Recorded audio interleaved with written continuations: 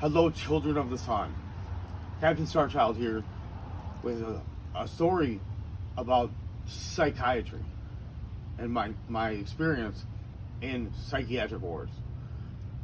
Okay, you guys. So this one time, I'm at HCMC Blue 1 Acute Adult Psychiatric Ward, the biggest hellhole of all the like 7 institutions I've been at.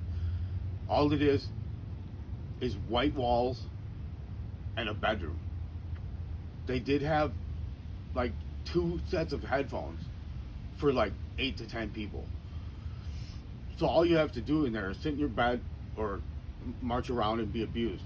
So I had been a regular at HCMC for the first like 5 years of being institutionalized after I had my vision quest and after I had my memories and my talk with God and my experience with God, and I came back home to Minneapolis and everyone put me in the psych ward because they didn't like the story's longer. This story is about a particular state, so I'm getting nervous because it's a fucked up situation.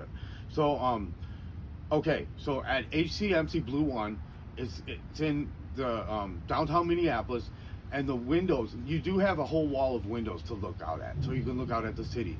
Oh, this was great. You look out right at the Metrodome. So I got to watch them totally demolish my favorite stadium in the state of Minnesota. And then I got to watch them spend $2 billion on this fucking spaceship, on their new stadium, for what, 8 games a year? And there hasn't been anything else there, and they spent $2 billion on that. And I said, I'm sitting there thinking, you know what? I know the proper economics, and I bet you, I'm very confident, I've gone through my head this, but I haven't run any numbers officially with any accountants, but I bet you with the markets and the way the mortgage people invest and the world investment, I bet you, I claim I could feed, house, and clothe every Minnesotan for ongoing, invested properly, $2 billion. Man, anyways, this story's not about being pissed off at the Minnesota Vikings, but it is a little bit because it's about everything. I'm pissed off about everything in the world right now. Almost everything except my people. Allie, who's holding the camera. Jacob, my roommate, who totally holds me down with his cool, slow roll.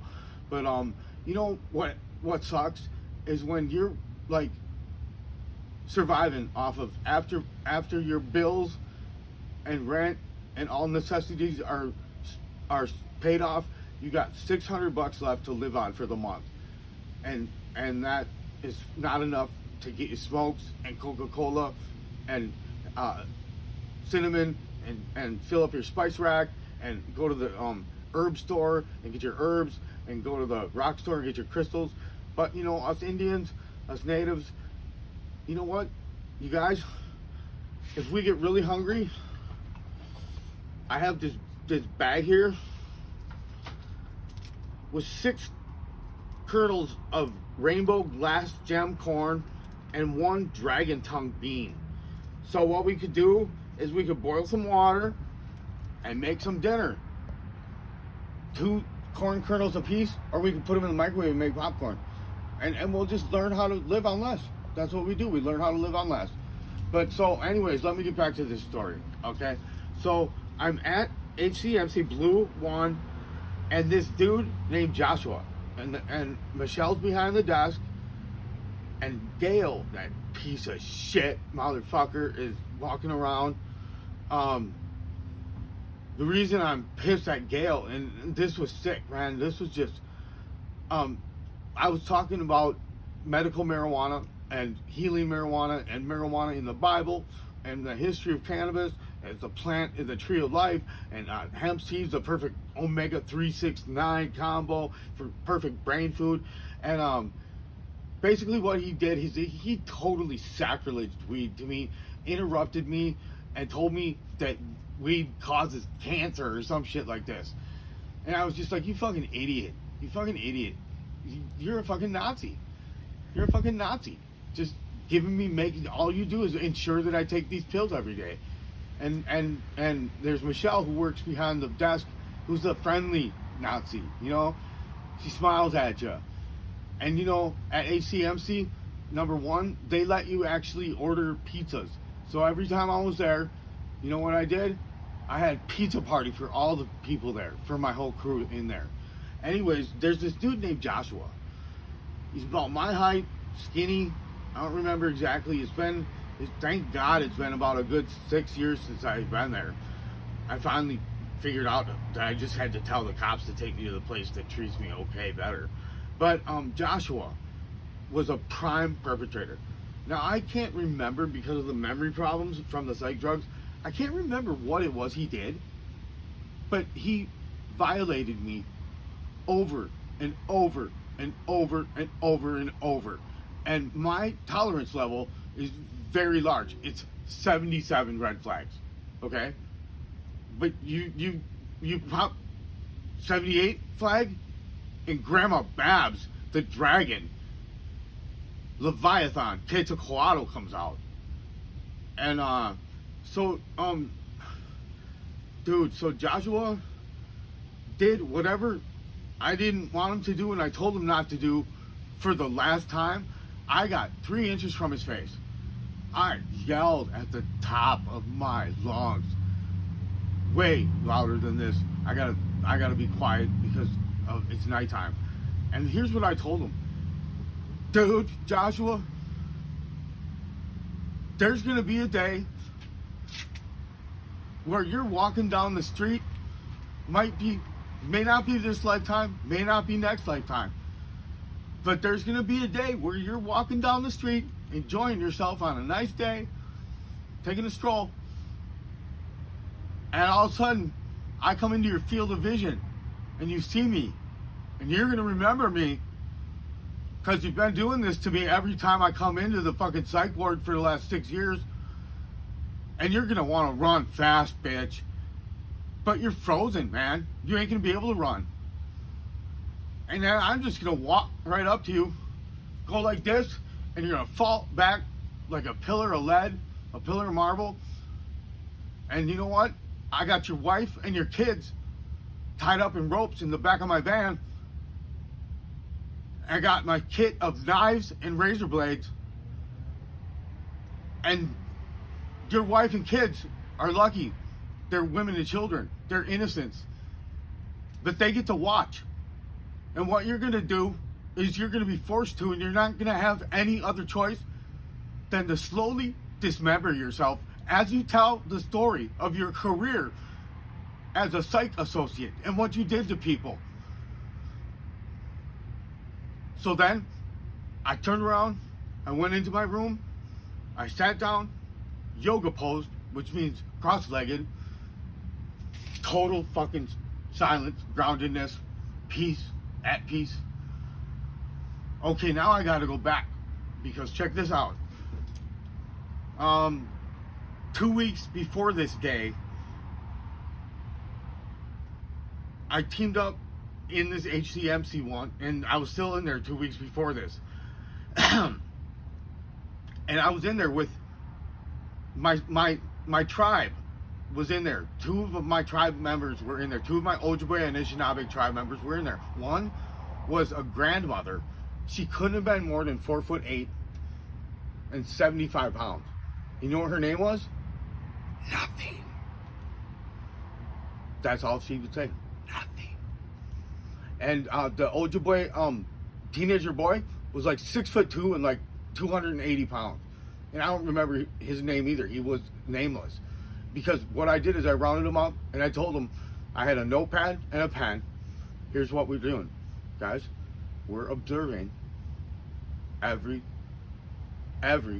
abuse in this psych ward that goes on.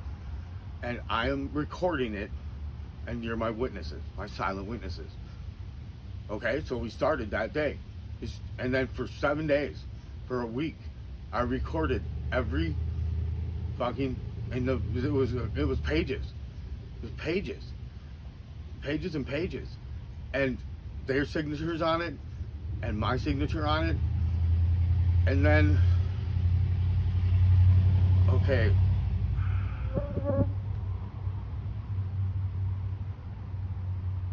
this amazing woman. She was the nurse manager. Her name was Nancy. Okay, we had a soul connection, and I can't remember exact. Come on, memory. Okay, I'm gonna take off. Maybe if I shine the head a little, the memory come back. I can't remember if I requested to talk to Nancy, or she came to talk to me. No, I must have requested it. Okay, so here's what's up. Okay, God, how's the timeline go? Okay, so we had all this documentation. I also had personally written on paper a number of other abuses and situations, really fucked up abuse situations that I'd experienced in that hospital unit. And so when I freaked out and raged to the dying of the light at Joshua, and then I instantly turned in my yoga pose, and then I knew what was coming. Security. I know the ropes. I'm getting strapped down. Fuck it. Bring it. You guys want to fucking kill me next time? I'm invincible. Fuck you, fuckers. Come on, give me 5 gallons of Risperdal so I can fucking spray explosive diarrhea down fucking Joshua's mouth right now and just drown him. Nope, that wouldn't be fun enough. Anyways, I'm getting off here. I'm getting into my stand-up comedy routines, but this was very serious. I'm just gonna tell like I remember. So Nancy came into my bedroom. We had a meeting. Oh yeah, it was during that week that I was documenting, because I told her what we were doing.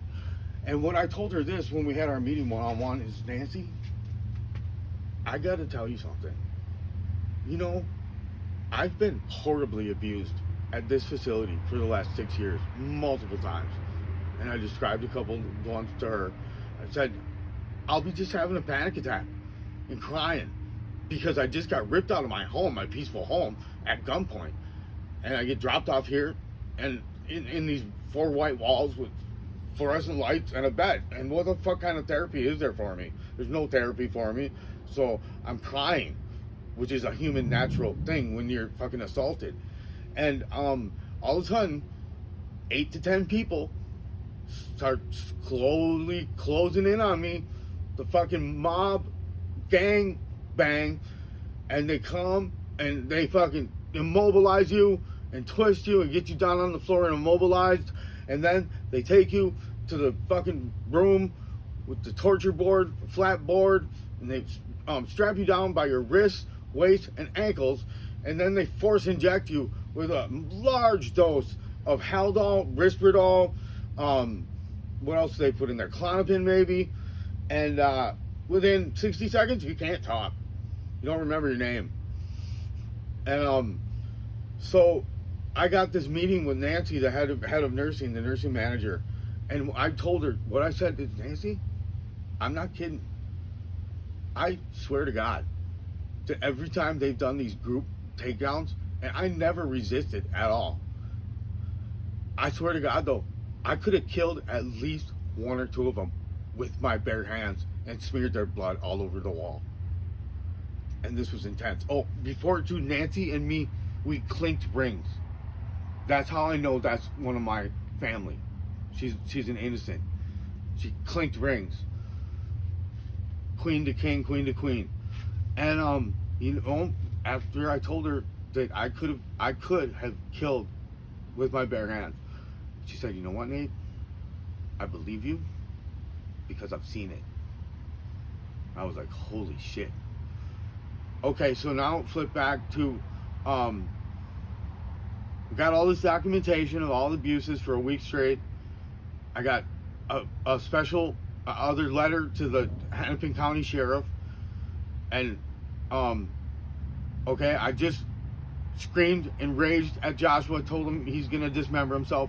So then the security gets to my door, opens the door, comes in, and oh yeah, I had one dip left. dip, grizzly wintergreen dip, chewing tobacco.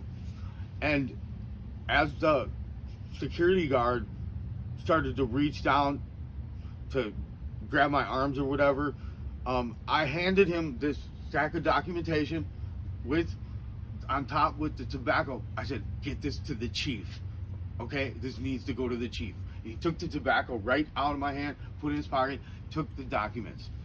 Then they did the strap down with me, and again, wrist, waist, ankle, fucking shoot you up, leave the room, close the door, turn out the lights, and just leave you there. I mean, you know what? Fuck this. What the fuck, dude? I was already, the problem was solved. I was already oming in total peace. Totally nonviolent. I didn't hurt no one. And I have already the diagnosis of a crazy person. So, I mean, what the fuck? What the fuck is taking someone who's absolutely peaceful, absolutely in control of their behavior and their brain and their speech, and then taking them to the strap down? Dude, this is hardcore, severe abuse. So then they leave the room, they close the door, and they just leave you there. About 20 minutes later, Joshua comes in the room, grabs a folding chair, pulls it right up next to me, leans down, starts saying shit like, Nate, what the fuck is wrong with you, man? You're a really fucked up dude. What the fuck did I ever do to you? What the fuck is wrong with you, Nate? Shit like that. Dude, whoa. Hardcore abuse, man. Psychological abuse while being chemically tortured, chemical warfare, forced against, and I mean, the whole, these techniques are supposed to be to mitigate acute behaviors. Well, I had already mitigated my acute behavior. I was a peaceful man. And, wow, dude. So I'll tell you what, this was pretty cool, though. You know what? I was fine. Because I got my truth out. And you know what, man? I never could remember to tell myself this in the hospital, but I volunteered for this. And thank God it's not the 1880s. Back then, my clan of my circle of medicine men in the day we win were called tent shakers. And the tent shakers, the order to the U.S. Cavalry for the tent shakers, crazy fucking Indians. Wait, you know what? This one dude said, I can't remember who it was, but he said it was an Indian, and he was talking about how fucked up that abuse situation is and that genocide that no one cares about us natives, and except when we have little girls and wives and they like to come and steal them and rape them. And but this one memory fart. Oh yeah, this one native was talking to someone else about how fucked up the whole Christopher Columbus story is and what really went down. And then he says, you know what? They did get one thing right in their books. They said we're savages. Fuck yeah, we're savage. Fuck yeah, I'm savage. And if I can remember this meme, man, I need to memorize that. This meme says, basically the meme says, in order to be peaceful, you need to be capable of great violence. Because if you're not capable of great violence, you're helpless. Anyways, I get to, dude, they leave you in there for like an hour, 2 hours sometimes, strapped to the board, and you literally cannot move a muscle. And they put a little corkscrew in your torso, and then I'm screaming. I don't know if this was that time or another time, but one time I'm screaming, I'm on the board, HCMC, I'm screaming, I need to piss so bad. I fucking need to piss, my bladder is gonna explode. I need to piss, unstrap me. And this one dude comes in the fucking room with one of those plastic urinals that men can pee in, throws it at me and goes, go ahead and take a piss, man. And that was fucked up. That was some fucked up shit. So anyways, the day with Joshua, and I got out of there whenever they let me out, and I was proud of myself, man. I was fucking fine with that. And I was just letting what happens, see what happens. Well, woke up the next morning, and there's a Hennepin County sheriff behind the desk with his badge and his gun. Oh, I forgot about one of the most important things too in this story. In the weeks preceding this, I had written a concise 2-page instruction list, a manifesto. Okay, the first page said this: we will not be guilty of poisoning our Mother Earth and our Mother Water and our children and our families around the earth. We will not be forced to pollute, because do you know how the body processes pills, psychopharmacological pills? Well, most of it, a lot of it goes out in your urine stream. So we're fucking a whole city of what, like 800,000 people in the metro area. All the sewers go into the Mississippi River, and this is worldwide. Pharmaceuticals, people are pissing into Mother Earth. Man, our mother, GAIA, who's on life support because we nuclear bombed Tokyo in 1945. That's why I came here in 1942 last lifetime. Make one final attempt to let them know they better not. It would be a bad idea to let those nukes off. Anyways, fuck, you know, one man can only do so much to save a planet. And fucking hey, I'm still alive. I can't die. I've tried to kill myself. My guardian angel won't let me die, and I'm stuck here to finish the mission. My God. And so hey ha ha hey hey oh hey hey ah ho ne ne ne ha ne ne ha ne hey hey hey hey hey ah hoka hoka hey la hoka la hoka no wa hoka la guava strawberry martini. Hell no, fuck liquor. You know what? Fuck liquor and alcohol. If you're watching this and you drink, fuck you. Fuck liquor and alcohol. Fuck responsible drinking. There we go again. You know what? This whole fucking country is on alcohol. That's why it's so dangerous. And I'm scared to go out to the bars anymore. Fuck that shit. I spent 25 years making as an alcohol salesman, aka I was a local musician, a very famous local musician. Never got more than $50 at the end of a night.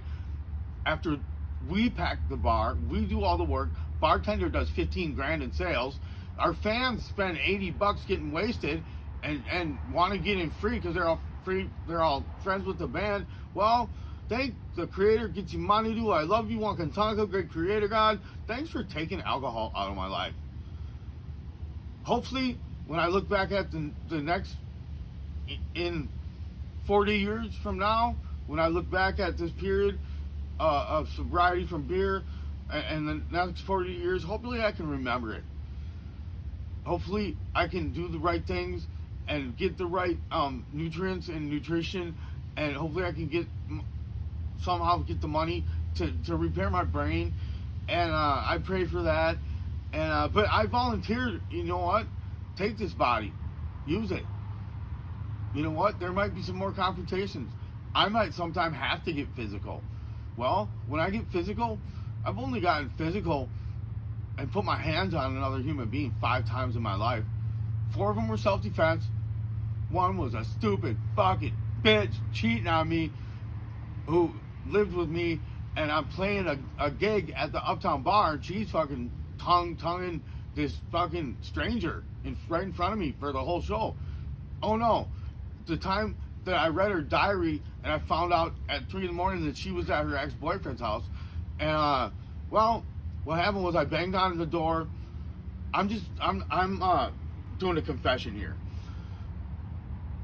I'm confessing. So I banged on her ex-boyfriend's door. He opens the door, She's across the room pulling up her pants. I'm like, get your fucking ass out here, bitch. And she came out, and we walked down the stairs, and I said, you stupid fucking bitch. Bam! Slap across the face like 3 times. You stupid bitch, cheating on me. Bam! Bitch slapped her, you know? Didn't injure her, didn't make no marks. And I gotta say, it felt good. But you know what? Bitch didn't care. And that was the worst relationship I ever had. And see, I was smitten by, she has one of the most beautiful feminine figures I've ever seen. And she moved in next door to my house. And you know what? You know when I should have known? So she moved in next to my house. I seen her. I introduced myself. I came over the next day, knock on her door, and invite her over to my kegger that we were having at the weekend. So the weekend comes, and me and the boys, my few boys, the first ones for a kegger, we start out at like 11 in the morning, tap the keg, and slowly drinking. And so she shows up. I'm all antsy and nervous for her to, you know, I'm waiting for her. And this new woman that I'm smitten with. And she shows up, and she sits down at the picnic table where a couple people are sitting down. I walk up to her to talk, and I totally, instantly, when I get about 2 feet away from her, I projectile vomit all over her feet, all over her shoes. You know what? In hindsight, I knew that was a sign. Anyways, back to the HCMC psych ward story. So, before me and nothing and the big Ojibwateen silent witnesses, before we created those documents, I channeled this incredible, the best document I've ever written. And it got logged into the system, into the secret system. So I don't know, but I might see it again, but it's already in process. So the first page, I just laid out how out of the whole state of Minnesota, everyone pissing toxins into the river, HCMC is the biggest, guiltiest party of all, because they're the biggest hospital. Oh, and it's called Hennepin County Medical Center, right? You know what? The only thing it has to do with Hennepin County is on the name. It's a privately owned hospital. It's not a public hospital. It has nothing to do with Hennepin County besides the fact that it's in Hennepin County. And they have a huge psych ward. And they're guilty of crimes against humanity, crimes against the earth, crimes against the creator, crimes against creation. And I did this manifesto, and I said, here's what's up. Minnesota, we need to stop using all pharmaceuticals, all toxic chemical products, all toxic GMO foods that are not only genetically modified, but sprayed with coatings and those shiny apples with that wax, and all this shit is shit, and all this shit is doing is making you sick, and you go to the fucking hospital, then you go in the loop, you get drugged and medicated, and once again you're pissing into Mother Earth, straight down the Mississippi to the Gulf of Mexico, out to the Atlantic Ocean, across to the Pacific Ocean, out to the Indian Ocean. And these psych meds and these psychiatric medicines are some of the worst chemicals for wildlife and flora and fauna on Mother Earth. It needs to stop. The limit has been reached. You can't keep doing this. But I wrote it so eloquently. So the first page laid out the story of, and I said, here's what's going to happen.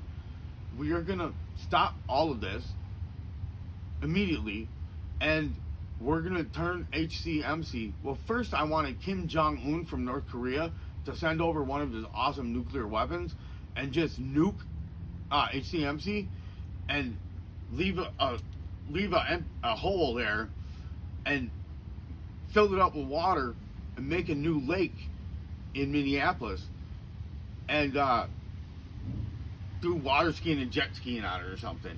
Anyways, I had multiple ideas of what we should do with this HCMC.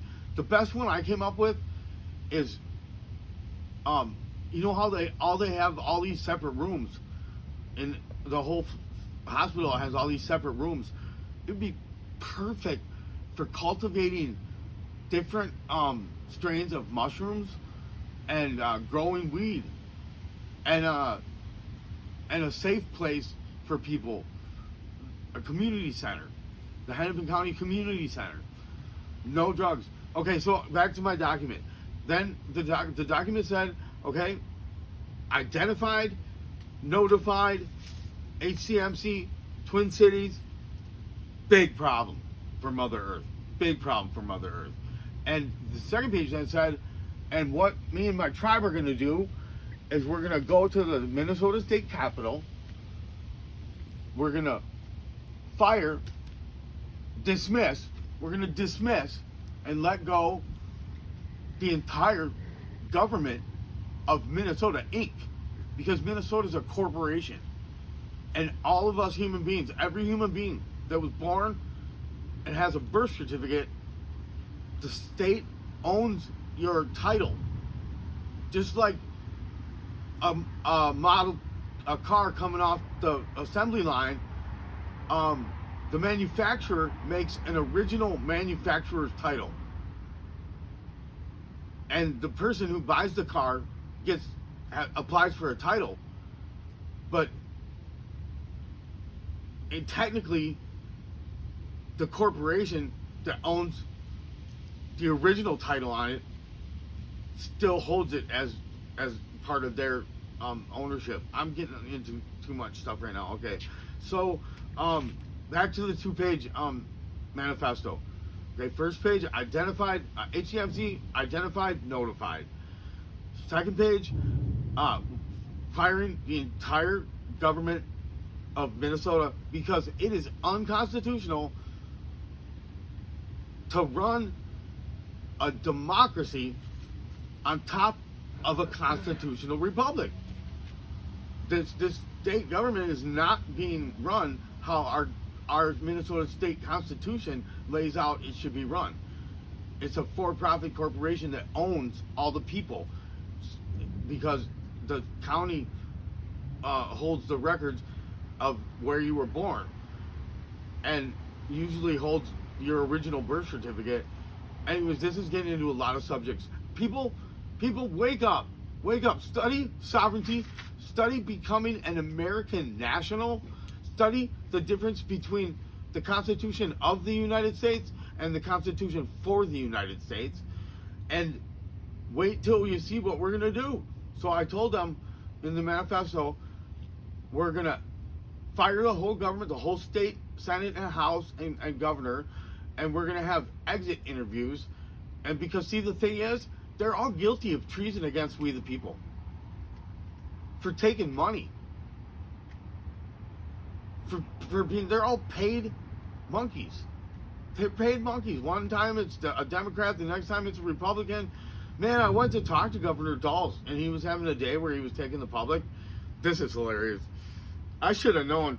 I sit down, the Capitol, the Minnesota State Capitol is one of the most beautiful and incredible and powerful spiritual buildings in the world. The Minnesota State Capitol has the second largest self-supporting marble dome in the world, next to St. Peter's at the Vatican, okay? And a couple years ago, they did a $33 million renovation of the Capitol. And they took down all these false walls and found all the original paintings and mosaics. And the Capitol shows these paintings and mosaics of us natives getting along good with the white farmers. And, okay, so this 2-page document, the second page was, well, you're all guilty of treason, and the punishment for treason is death. But you know what? We made a deal to just trade all of the government people in Minnesota for all the non-violent offenders in all the state jails, and put them in cells and then spray them with LSD. Let the kids, that's the part where the kids get to do it, Allie. Once we all get them in their cells the kids get to re-educate them. And okay, so then okay, so that was the document. Oh no, here's what it is. We're gonna fire the whole state government. We're gonna do an exit interview process that may take many weeks, because we're going to interview every single one of the Minnesota House and Senate and the governor. Side note, I went to talk to the governor and I wanted to introduce myself to him one day last year, and I go into the Capitol, there's no one there, and I sit down in the ante room, the waiting room, go past the reception dude and into the waiting room. Very fancy, beautiful room, beautiful carpet, beautiful woodwork. And I just go ahead and sit down, put my backpack down, and like this.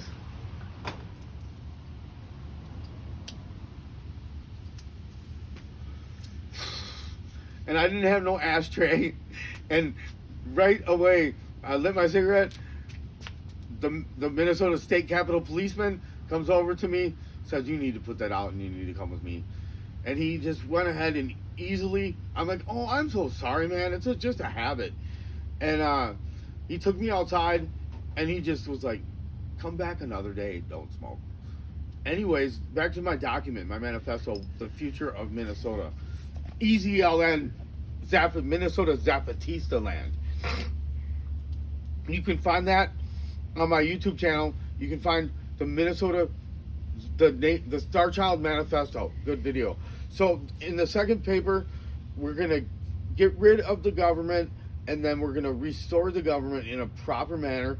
And what we're going to do is we, the people, are going to plant the first people's weed garden, the first people's cannabis garden, and usher in a cannabis economy. And we're gonna have our first garden on the Capitol front lawn. Okay, so that's what the document said. So, okay, now we're back to the day after. Hold on, are you getting impatient filming? It's okay. Here. It's been 37 minutes. Okay, I know this is an awesome one. I'll just do it myself. Sorry, it's... No, that's awesome. I didn't know it's been that long. Yeah. I need to get this out there. This is healing. This is healing. Oh shit. Because I'm like shaking and I'm nervous because I'm getting this out. No, you know. You need it. Thank you so much. This is gonna be a. Okay, so I'm prepared to wrap this up because I need water. I got cotton mouth. Allie, God bless you. I love you so much, sister. So much. I love you. Okay, so after I freak out and after I get strapped down and I wake up the next morning and the Hennepin County Sheriff is back behind the desk. And I remember very explicitly, I was talking to one of the sheriffs and I knew they were there because I sent all these documents. And, but one of the psych ward employees said, "They have nothing to do with you. They're not here because of you." Anyways, I gave that sheriff, the first one that he showed up, I gave him that 2-page manifesto, and I just told him, "Will you read this and sign it if you agree?" Well, over the next 7 days, they had a different Hennepin County Sheriff on every 8-hour shift for the whole day. I think they didn't stay at night, but they came and they observed for 7 days or 5 days. And 12 of the Hennepin County sheriffs signed their name and their initials and their badge number on the Save Minnesota plan. And then those documents got lifted, which means they were delivered into a very, very, very secure holding space that I'm not aware of and that the government of Minnesota is not aware of. It's basically some magic shit. Anyways, thank you for watching if you've been watching this far. Psychiatry is a cult. It's a pseudoscience. It has given me chemical castration, eye problems, thyroid problems, kidney problems, I can't get an erection, can't make love, can't self-pleasure. What else? Well, fuck, the reason I keep going back and forth. Anyways, children of the sun, I love you. Like, comment, and share this video. See if anyone has the attention span to watch a 40-minute video with awesome stories. All right. Be good to yourself. Love yourself. Chase freedom. Enjoy truth. Because truth is truth. Light is light. Wrong is wrong. And right is right. And Joshua better look the fuck out. That's all. Goodbye.